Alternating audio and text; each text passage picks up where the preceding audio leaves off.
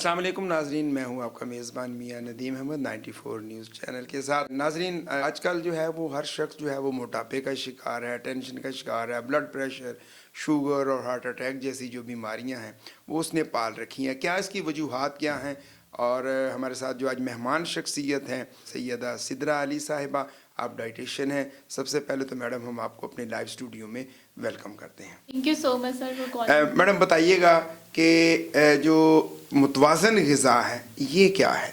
मुतवाज़न ग़िज़ा की जब हम बात करते हैं, मोस्टली हम कहते हैं कि हमें हमेशा बैलेंस्ड मील लेने चाहिए। तो बैलेंस्ड मील कौन सा होता है? जो आपके तमाम फूड ग्रुप्स को कवर कर रहा हो। अगर आप जैसे हम 5 फूड ग्रुप्स की बात करते हैं, जिसमें कार्बोहाइड्रेट्स आ जाते हैं, प्रोटीन्स आ जाते हैं, फैट्स आ जाते हैं, फ्रूट्स एंड वेजिटेबल्स का ग्रुप आ जाता है, डेयरी का एक ग्रुप आ जाता है। आप अगर इन 5 फूड ग्रुप्स को अपने एक मील में कवर नहीं कर सकते तो कोशिश करें कि आप एटलीस्ट 3 फूड ग्रुप्स को ज़रूर कवर करें, कि आपके इन 5 फूड ग्रुप में से 3 फूड ग्रुप्स लाजमी कवर हो रहे हों। कार्बोहाइड्रेट्स की जब हम बात करते हैं तो कार्बोहाइड्रेट्स जो है हमारे पास, जो हमारे अनाज होते हैं, जो हम सीरियल्स यूज़ करते हैं, जैसे जो रोटी है या फिर रोटी है या फिर चावल है, ये हमारे पास कार्बोहाइड्रेट्स का पोर्शन कवर करते हैं। और जैसे हम प्रोटीन की बात करते हैं, हमारे पास गोश्त, चिकन, मटन और उसके अलावा जो दालें हैं, ये प्रोटीन का पोर्शन कवर करते हैं। अब कोशिश ये करनी चाहिए आपकी 1/4 प्लेट जो है वो कार्बोहाइड्रेट्स की होनी चाहिए, 1/4 प्लेट जो है वो प्रोटीन्स की होनी चाहिए, और आधी प्लेट जो है कोशिश करें कि वो वेजिटेबल्स और फ्रूट्स कवर करें। एक पोर्शन आप फ्रूट का ले लें और बाकी जो है आपकी वेजिटेबल्स से प्लेट भरी होनी चाहिए, आधी प्लेट। जब हम डेयरी की बात करते हैं तो उसमें दूध और दही आ जाता है। आप ये कर सकते हैं कि आप अपने खाने में 3 से 6 चम्मच जो है दही के इंक्लूड कर लें, या फिर और भी डेयरी के जो सोर्सेज होते हैं वो आप इंक्लूड कर सकते हैं। और उसके साथ साथ फैट, जो हेल्दी फैट्स हैं वो लाजमी इंक्लूड करें। फैट्स की जब हम बात करते हैं तो बहुत सारे लोग ये समझते हैं कि शायद फ़ैट हमारी हेल्थ के लिए बहुत बुरे हैं, तो इन्हें हमें अपनी डाइट से एक्सक्लूड कर देना चाहिए। तो ये बहुत ही गलत कंसेप्ट है। जब हम फैट्स, हेल्दी फैट्स की बात करते हैं तो ये वो फैट्स हैं जो आपके नट्स में पाए जाते हैं, जो नट्स के अंदर आपके ओमेगा 3 फैट्स होते हैं, जो हेल्दी फैट्स हैं, तो इनको आप ज़रूर इंक्लूड करें, जो हेल्दी फैट्स हैं। अच्छा मैडम, आजकल हमने देखा है कि हमारी ख़वातीन भी और मर्द भी जो है वो मोटापे का शिकार होना शुरू हो गए, बल्कि बहुत सारे हो गए। क्या वजूहात हैं इसकी मोटापे की? और अगर एक शख्स जो है मोटापेपन का शिकार हो जाता है तो वो कैसे वो दोबारा स्मार्ट हो जाए? सर एक्चुअली में रीज़न ये है कि हम जो है ना एक बैलेंस्ड पोर्शन में अपने जो मील्स लेते हैं वो एक बैलेंस्ड पोर्शन में नहीं लेते हैं। मोस्टली लोगों का ये प्रॉब्लम होता है कि वो अपनी डाइट में कार्बोहाइड्रेट्स इतने ज़्यादा इंक्लूड कर लेते हैं, स्पेशली सिंपल कार्बोहाइड्रेट्स की मैं बात कर रही हूँ, जो मैदा है, जैसे बेकरी के आइटम्स लोग बहुत कॉमनली यूज़ करते हैं कि 1-2 बिस्किट्स जो हैं उसको तो लोग बिल्कुल ऐसे समझते ही नहीं कि इसमें शायद कोई कैलोरीज भी है, तो वो ऐसे ही बस खा लेते हैं। चाय के साथ पूरा पूरा पैकेट लोग बिस्किट का खा लेते हैं, या फिर केक है, जितनी भी बेकरी के आइटम्स हैं उनके अंदर मैदा यूज़ होता है, जो जिसका फाइबर कंटेंट बिल्कुल भी नहीं होता अच्छा। जी। तो ऐसी चीज़ों का इस्तेमाल करते हैं। उसके अलावा जो स्नैक्स हैं, स्नैकिंग का बहुत फैशन है कि लोग पसंद करते हैं कि बस अभी खाना खाया, घंटे बाद फिर कुछ ना कुछ खा लिया, फिर थोड़ा टाइम गुजरा फिर कुछ ना कुछ खा लिया। तो ये एक बहुत ही गलत पैटर्न है। एक्चुअली में होना यूँ चाहिए कि अगर आप दिन में 3 मील्स ले रहे हैं या आप 2 मील्स ले रहे हैं, आप नंबर ऑफ मील्स अपनी मर्जी से डिसाइड करें, बिल्कुल अपनी बॉडी की रिक्वायरमेंट के अकॉर्डिंग डिसाइड करें। लेकिन ये जो स्नैकिंग वाला जो पैटर्न है ना, कि हर थोड़ी देर बाद आप कुछ ना कुछ खा रहे हैं, ये बिल्कुल गलत पैटर्न है। स्पेशली जो डायबिटिक पेशेंट्स हैं उनके लिए स्नैकिंग आप समझें कि जहर है, क्योंकि जब आप स्नैकिंग करते हैं इंसुलिन प्रोड्यूस होता है। बेसिकली जो डायबिटिक पेशेंट्स होते हैं ना, उनकी बॉडी में इंसुलिन रेजिस्टेंस प्रोड्यूस हो जाती है। जो बहुत ज़्यादा ओबीज होते हैं उनकी बॉडी में भी ये प्रॉब्लम होती है कि इंसुलिन रेजिस्टेंस प्रोड्यूस हो जाती है। तो जब वो बहुत ज़्यादा बार बार थोड़ी थोड़ी देर बाद खाते हैं तो वो इंसुलिन रेजिस्टेंस जब प्रोड्यूस होती है ना, तो उनका वेट लूज होता ही नहीं है। तो एक्चुअली में वेट लूज करने के लिए सबसे पहले जो मैं चीज़ कहती हूँ कि आप स्नैकिंग जो है ना वो ख़त्म कर दें, कि आप स्नैकिंग ना करें। आप 2 मील्स ले रहे हैं या आप 3 मील्स ले रहे हैं, आप लें, लेकिन बीच में ये जो आप बचा हुआ खाना बच्चों का खा लिया, या कोई चीज़ घर में पड़ी थी, मिठाई पड़ी थी, बिस्किट पड़े थे, उठा के खा ली, इससे आप एडिशनल कैलोरीज ले रहे होते हैं जो आप अनइंटेंशनली ले रहे होते हैं, आप इंटेंशनली नहीं ले रहे। तो तो कोशिश करें कि स्नैकिंग ना करें, फ्राइड आइटम्स ना करें, शुगर का इंटेक बहुत ज़्यादा ना करें।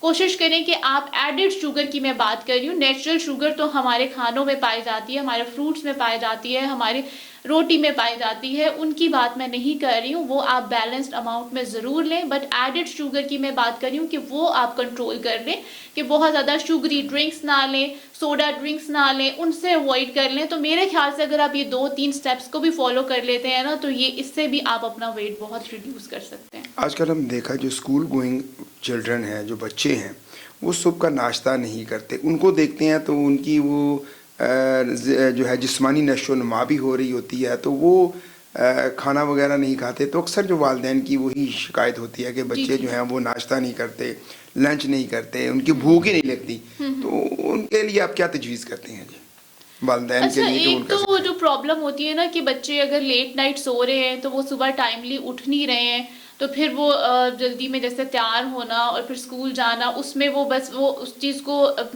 पसंद ही नहीं करता है कि हम नाश्ता करें। टाइम का भी इशू हो जाता है कभी। सेकेंडली ये कि कुछ बच्चों को ना आदत हो जाती है कि वो खाना जैसे मदर्स ने आदत ही नहीं डाली, 1-2 दफ़ा बच्चे ने कहा मैंने नहीं खाना, तो मदर ने भी इस चीज़ को एक्सेप्ट कर लिया, अच्छा बच्चा नहीं खाता है। तो इसमें माओं को ये चाहिए कि वो कोशिश करें कि वो बच्चे को ज़रूर कुछ ना कुछ जो उसका पसंद का मील है वो उसको दे, चाहे वो हल्का फुल्का कुछ हो तो वो देना ज़रूर चाहिए। क्योंकि एक बच्चे की ब्रेन के लिए जो है ब्रेन को ग्लूकोज चाहिए ना वर्क करने के लिए, तो वहाँ पे जब उसको एनर्जी ही नहीं मिल रही, तो वो जब वो स्कूल में जाएगा तो उसकी परफॉर्मेंस क्या होगी वहाँ पे?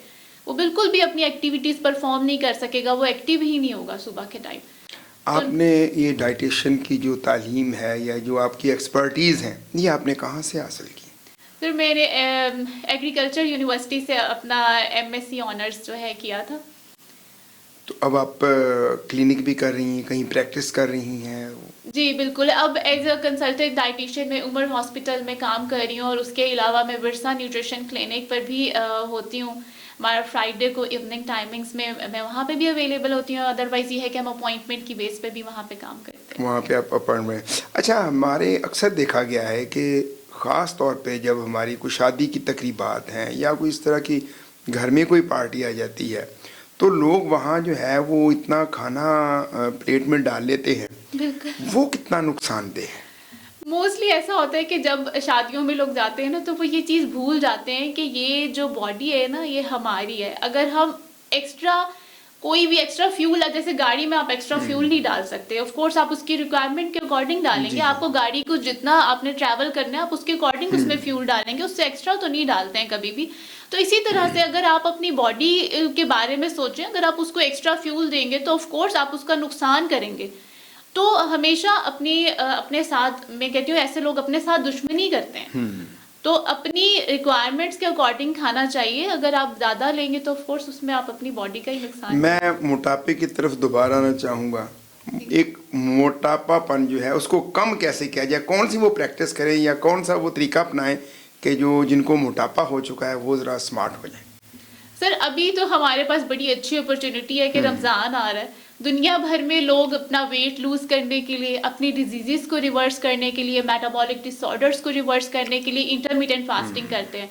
And so we have Ramzan like this, मतलब कि जैसे रमज़ान इंटरमिटेंट फास्टिंग में होता है कि हम से फास्टिंग करना है ना, कि 8 आवर्स की ईटिंग विंडो होती है और 16 आवर्स की आपकी फास्टिंग विंडो होती है, कि 8 घंटे खाना है, 16 घंटे नहीं खाना। बिल्कुल इसी तरह हमारे पास रमज़ान है कि इसमें हम कुछ घंटे जो है खा रहे हैं और बाकी टाइम आप नहीं खा रहे हैं। तो इंसुलिन रेजिस्टेंस जो आपकी बॉडी में प्रोड्यूस हुई होती है ना, वो रिवर्स हो जाती है फास्टिंग करने से।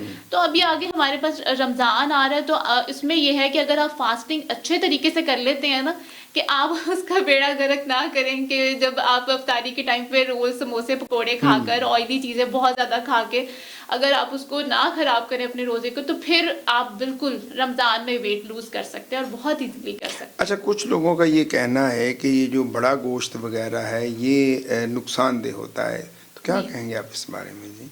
सर मैं हमेशा एक बात करती हूँ कि nature never made bad things.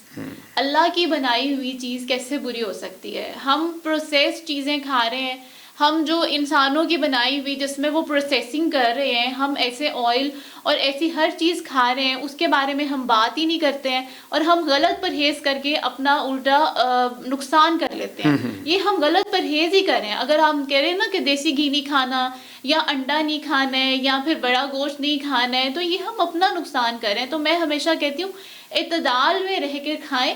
अगर आप बड़ा गोश्त खा रहे हैं तो बिल्कुल अपना जितना आपकी बॉडी की रिक्वायरमेंट है उसके मुताबिक आप खाएं, आपको हरगिज़ नुकसान नहीं देगा। अंडा भी इसी तरह से, मैं उसके बारे में भी बात करती हूँ कि लोग कहते हैं कि इसके अंदर कोलेस्ट्रोल है। अंडे में बिल्कुल कोलेस्ट्रोल है, लेकिन वो बैड कोलेस्ट्रोल नहीं है, वो हेल्दी कोलेस्ट्रोल है। वो हमारी बॉडी में एचडीएल के लेवल्स को रेज करता है, वो हमारे लिए नुकसानदेह नहीं है। बड़ी अहम आपने बात की। कुछ लोगों का यही ख्याल है कि जर्दी ना खाएं, अकेली सफेदी खा लें। बिल्कुल। तो हालांकि जर्दी में क्या नुकसान ऐसा है?